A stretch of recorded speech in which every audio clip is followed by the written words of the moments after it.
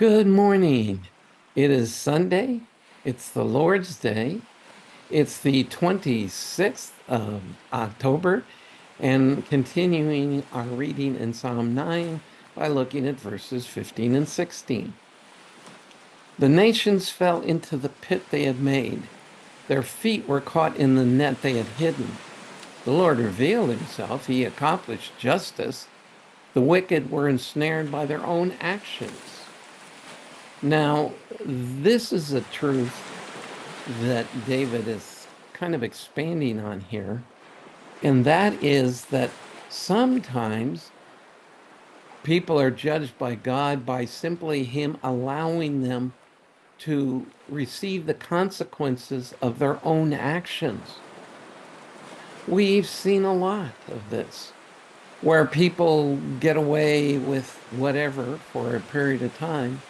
And then finally the consequences hit, and they're amazed. One way we've probably all seen this play out is when somebody accuses you of something that you haven't done. Very often the accusation is a reflection of something that they've actually done.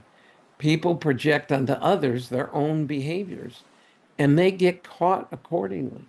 They get caught with the consequences, whether we're talking about crime or just bad judgment, what non-believers would sometimes refer to as karma, which of course is not a biblical principle, but the biblical principle is there are consequences for sin. And so God judges, but sometimes he judges simply by letting us experience the natural results of our own actions. The following comment is an R-rated comment. STDs, for example, are preventable if you simply live by God's standards, and that is be chaste except in the context of a monogamous heterosexual marriage. You're not likely to run into that kind of a problem. And when you act out of God's standards, then there are consequences to your health.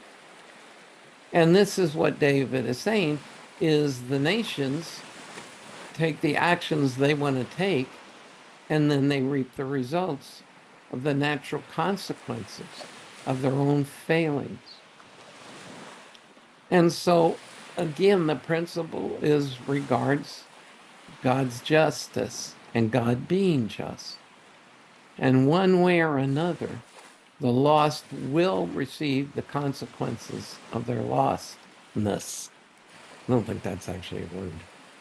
And as believers, when we sin, and if we don't deal with that sin, and even if we do, there may be natural consequences which God will use to help us learn to do better next time, to agree with Him.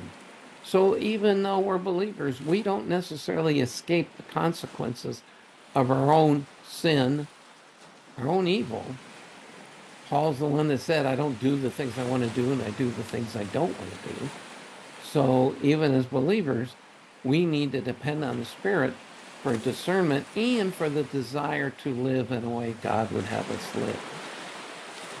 So, have a blessed Lord's Day.